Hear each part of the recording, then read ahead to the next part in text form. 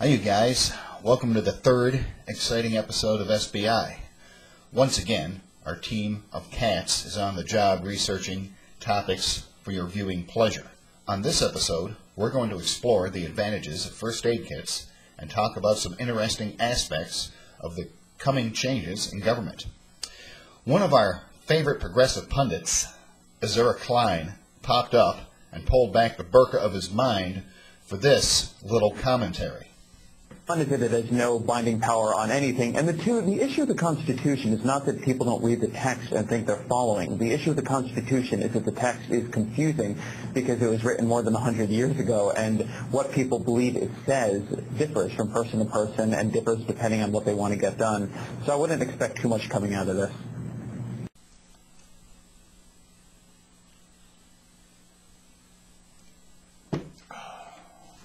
The Constitution is not what is confusing.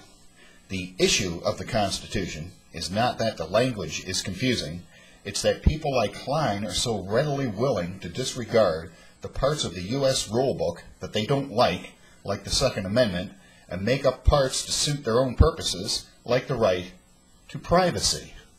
The issue is that there are people that believe that the Constitution is a binding document, an agreement among a nation of people that broke from tyranny and decided to give self-government a try. Now, as I'm sure you've noticed, either the next ice age has started, or Al Gore got the Halliburton weather-making machine stuck on cold again. But there is a correlation between that and the riots in Europe.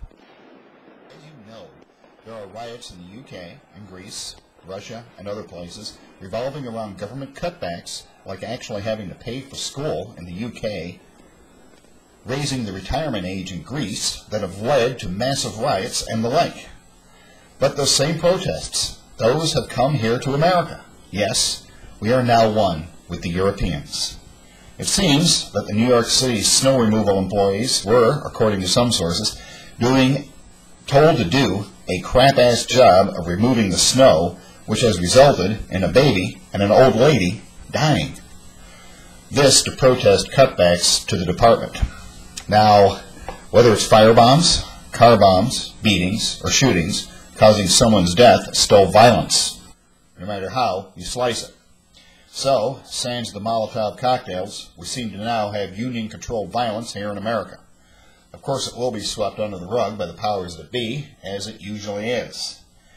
Now, as I sit in the SBI conference room, here at the Michigan League of Fed Up Citizens headquarters, I watch my crack staff of cats not paying any attention whatsoever to the production of the show. I'm sure you can tell. Anyways, when I'm sitting there watching these clowns running around and eating and using the cat box instead of working on the show, I realize that I am in fact surrounded by idiots.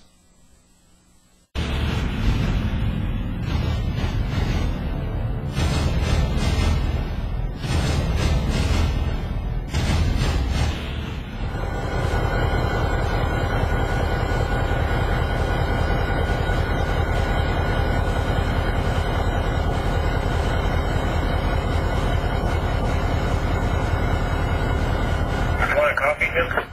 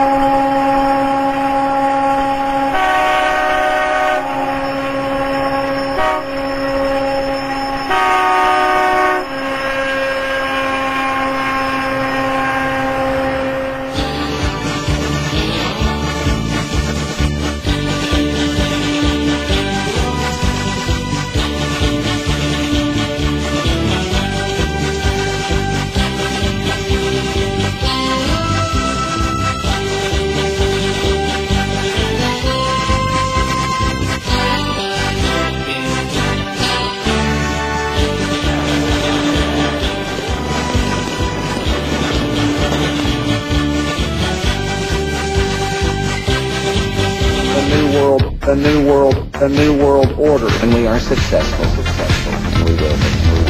We had a real chance at this new world order.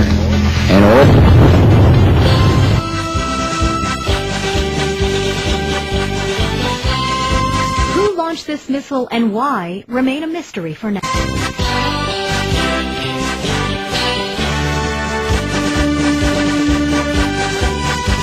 Janet Napolitano, Secretary of the Department of Homeland Security.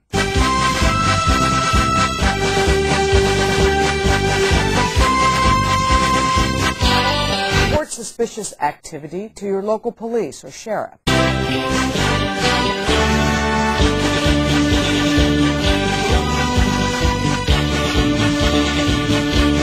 Rapidly decline of the dollar is actually a desire.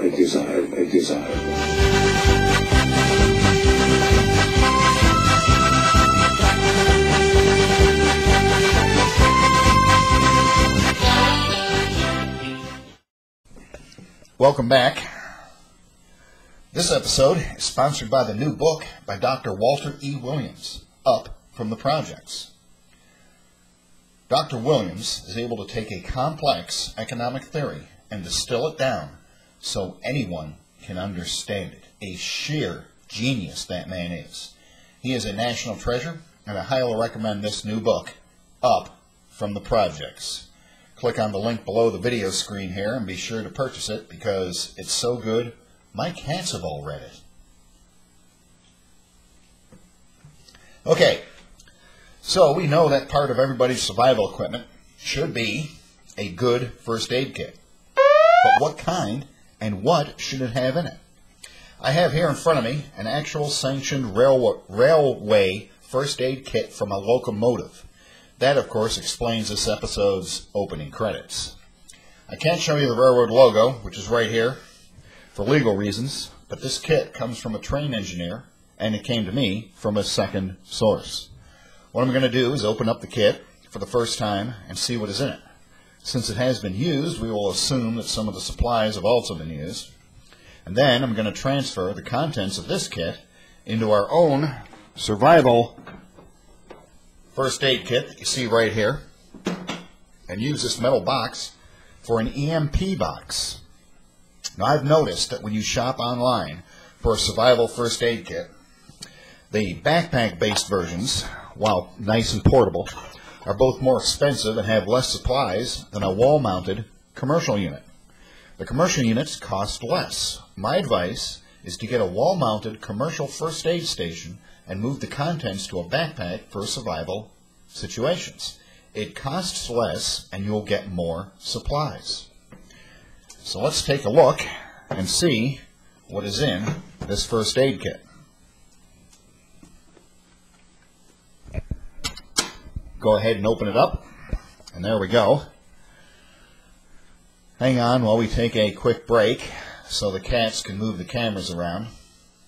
Obviously, being felines without opposable thumbs, that requires me to help them. It also requires a significant dosage of adult beverages for each episode, simply because I am, in fact, working with cats.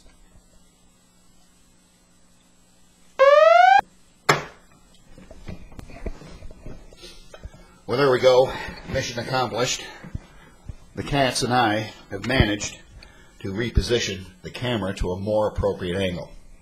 Now, as we look inside of this box, we will see that right here is the contents of the box, what should be in the box. And what I'll do is I'll go ahead and start pulling this stuff out so you can see what is in there along with myself. Now we have here the first thing. This looks like a little first aid booklet. It has the official Canadian first aid seal on it. So obviously it has lots of instructions in it about giving people first aid, like when they're unconscious or something like that. It looks like there's also a book here that is an accident record book so that you can write down all the instances where you have used the first aid kit for something. We have here a CPR mask. I recognize this. This is a one-way valve that pops on the front side of the CPR mask, so you can give somebody CPR without actually giving them mouth-to-mouth. This works a lot better. We also have here some cloth, first aid tape, the good stuff, not that cheap crap that you buy at the dollar store. We have here a whole package of antiseptic wipes. This always comes in handy around the house or in any emergency situation. We have here some wire ties that are used to tie up packages that have bloody bandages, body parts, things like that in, so they don't get contaminated. We have here a whole set of 3-inch by 3-inch gauze pads, a little thing here that has safety pins on it. These are very important for pinning on the gauze or something like that if somebody has a burn or a broken finger or something like that, so you can help patch them up. We have a set of surgical scissors right here. Good ones by the looks of them. We have a pair of surgical tweezers right here, little pointed ones, not those flat ones. We have here several packages of triangular bandages. Very handy for when somebody has smashed their elbow or a wrist or something like that, or their knee. So these are good. There's 4 of them in here. Right there's the 4th one. We have a vomit bag, a bag for holding vomit when people vomit. It looks like there's 2 of them here. We have a couple of packages of surgical gloves in case you are handling somebody that you don't know and they're all bloody and messed up and everything else. We have some gauze wraps right here. We have 2 of those. We have another package of surgical gloves right here. We have some splint padding. Now this will come in handy in a survival situation. This is what the splint padding looks like. It just looks like some gauze, but there's some padding inside of it. This is for when you have to either build a splint or use a commercial splint. You put it between the splint and the skin, and that will protect the skin from chafing and prevent blisters and things like that. And it looks like there's 4 packages of those in there. There's also a couple of packages of real small gauze right here, half size, as opposed to the full-size ones that you see here. We have here an elastic bandage that is held on with Velcro instead of those stupid little metal pins, so that this is quite the thing right here. We have what is called Crinks bandage, which is self-adhesive bandages. We have right here a rescue blanket. This is a Mylar blanket. This is space-age stuff. This is what they use up in space.